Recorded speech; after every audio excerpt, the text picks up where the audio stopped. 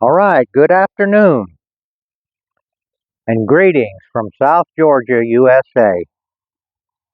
I decided it's time to start practicing from the Millennium tripod stand. I think this is the third year that I've used this.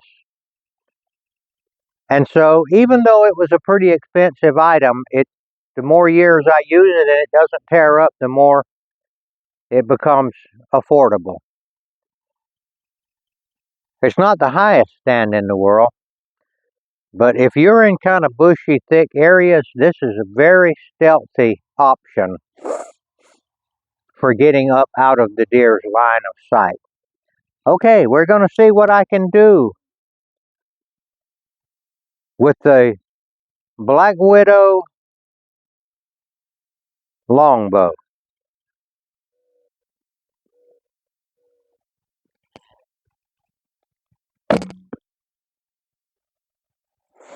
Okay, I probably brought that one home.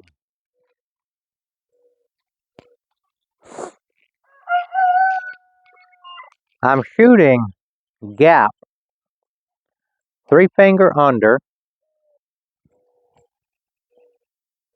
thumb knuckle to the cheekbone anchor, and I'm shooting now, for the last few days, I have been shooting what I call instinctive gap. That is, I don't look at the point of the arrow as if it were a sight on a gun. I just bring it back to the anchor point, which is much closer to the eye than when you shoot split finger, and I just trust my aiming ability. That first one got the job done. Now that I've said something about it, I'll probably mess up.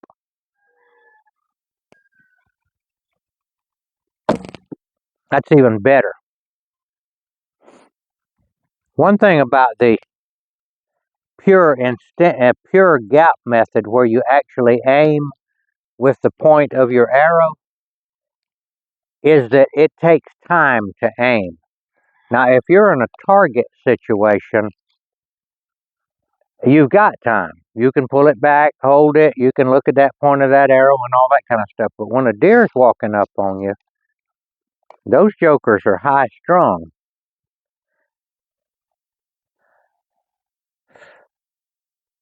All right, going to the deer target now with the same thing. I'm trusting my own instincts.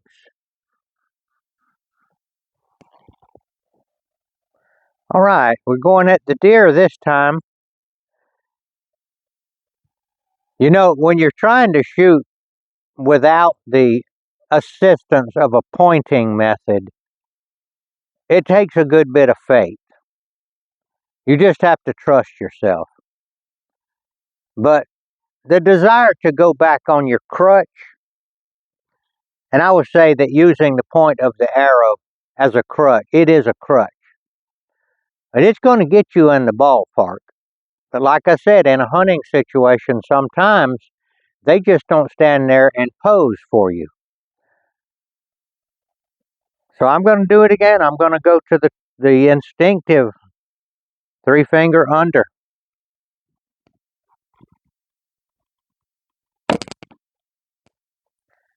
All right, now you see what I did. I was low. I'm at about 20 yards here. Now I'm going to go to I'm going to go back to the crutch.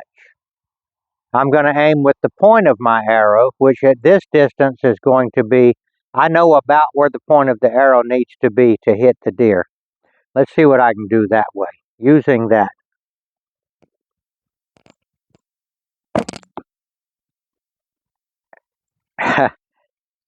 It's hard to beat that, you know? I call it a crutch, but it's really not a crutch. But I put the point of the arrow using using the gap method. I put the point of the arrow right under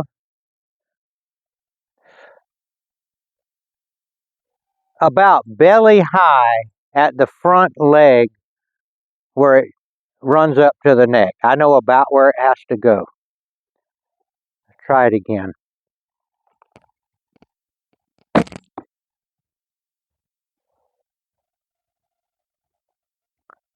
I think I hit right in the same place.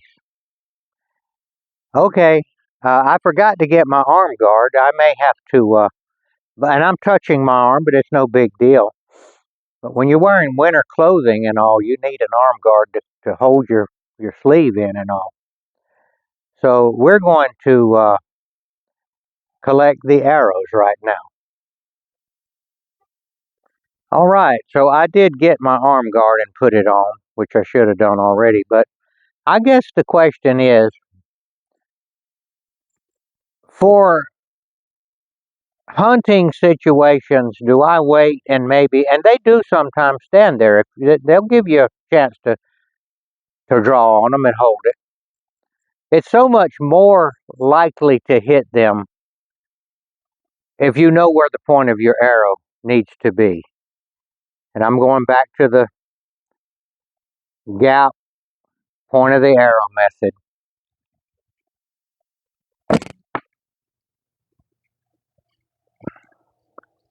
That was a badly wounded deer. But the reason I missed that shot is because I didn't get a full draw on the arrow. And I'm out of practice and I'm a little weak right now. Let's see if we can do that better.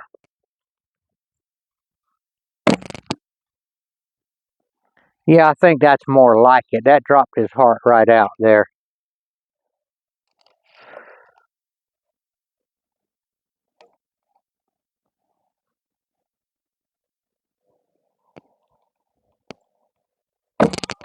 Mmm.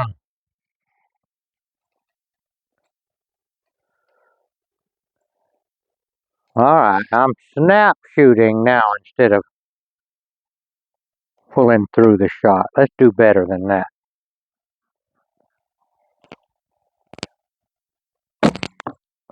That's more like it right there.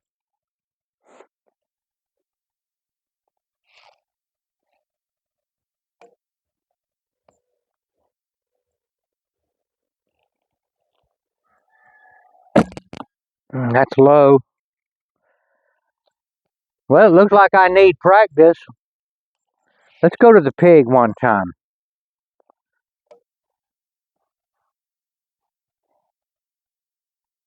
The first time I shot this pig, I did pure instinctive, but I'm going to use the point aiming method this time. You can't kill one any better than that. Alright, we're going to collect arrows. Alright, I'm starting on my third set of 6 arrows, so when I get through with this, I will have shot 18. That's a pretty good amount to start building up for hunting season. I'm already even noticing that I'm not pulling the bow back to full draw as easy as I did to start with, and I have to really concentrate on that. But I am reminded that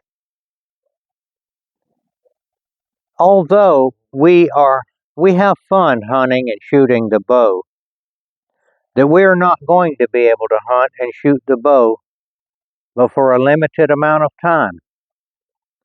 So I want to talk to you about something very serious, and that is our own mortality. Is there anything we can do about our own mortality? That is, our own death. I've got friends that make yearly trips to Mayo Clinic down in Jacksonville. Been doing it for years. And that's what they're doing about it. But I also have other friends that are the same age that went to Mayo Clinic, and they are no longer here. Mayo Clinic did not keep them alive. My own grandfather was a big believer in the Mayo Clinic. Anytime he ever got near a Mayo Clinic in New Orleans or wherever he was, he would go and get a thorough physical. But he died at 85 years old. He lived a good life.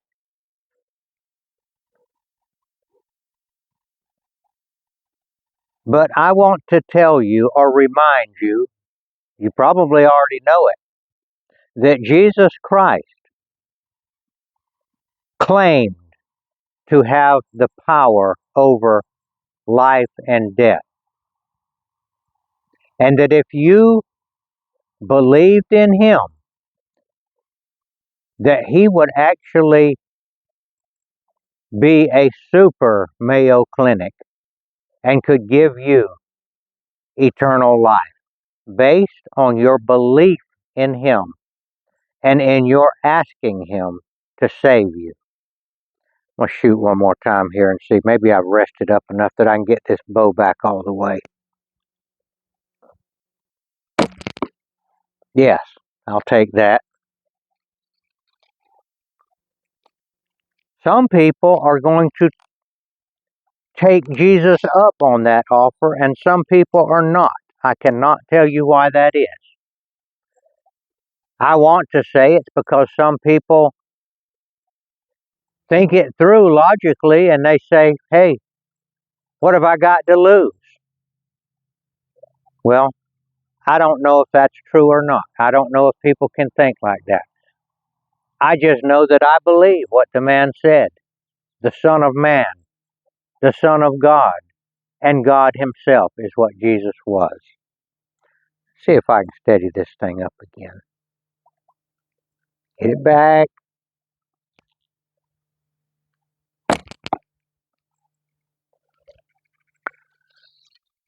I'll tell you what Jesus said, I think is about the most profound thing that anybody can understand.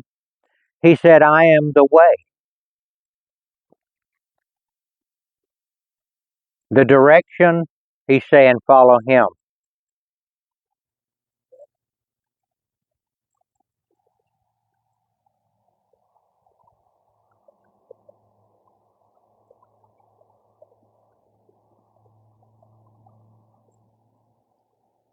He said, I am the truth. I am the truth. And he said, I am the life. And the life that he claimed to be is life eternal. He claimed to be God, to have control over that. And he said, if you come to him, he will in no wise turn you away. And he also said, nobody can enter through the door to the kingdom of heaven without coming through me. Now that bothers some people because they think of all the other religions. You mean all of those people are not going to be saved? All of those Buddhists and all that? He didn't say that other people wouldn't be saved. He just said that they had to come through him. That doesn't necessarily mean that they had to know him. There are other people in other cultures, I believe, that have knocked on that door and cried out to God, save me.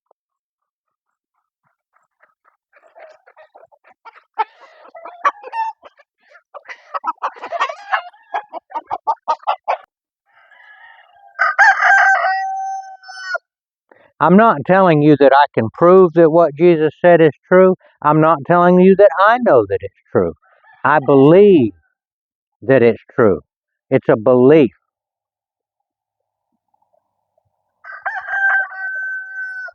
One more shot here.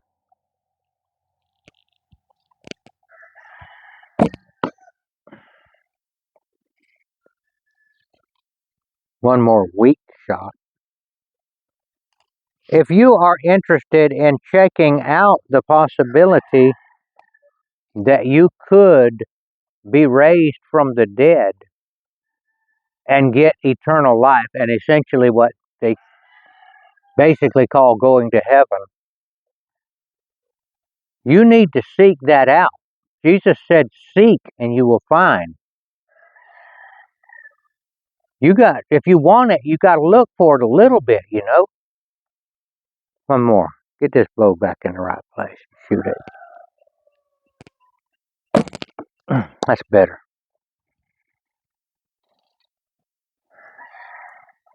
I'm suggesting that you go to the Holy Bible. I would suggest the New King James Version,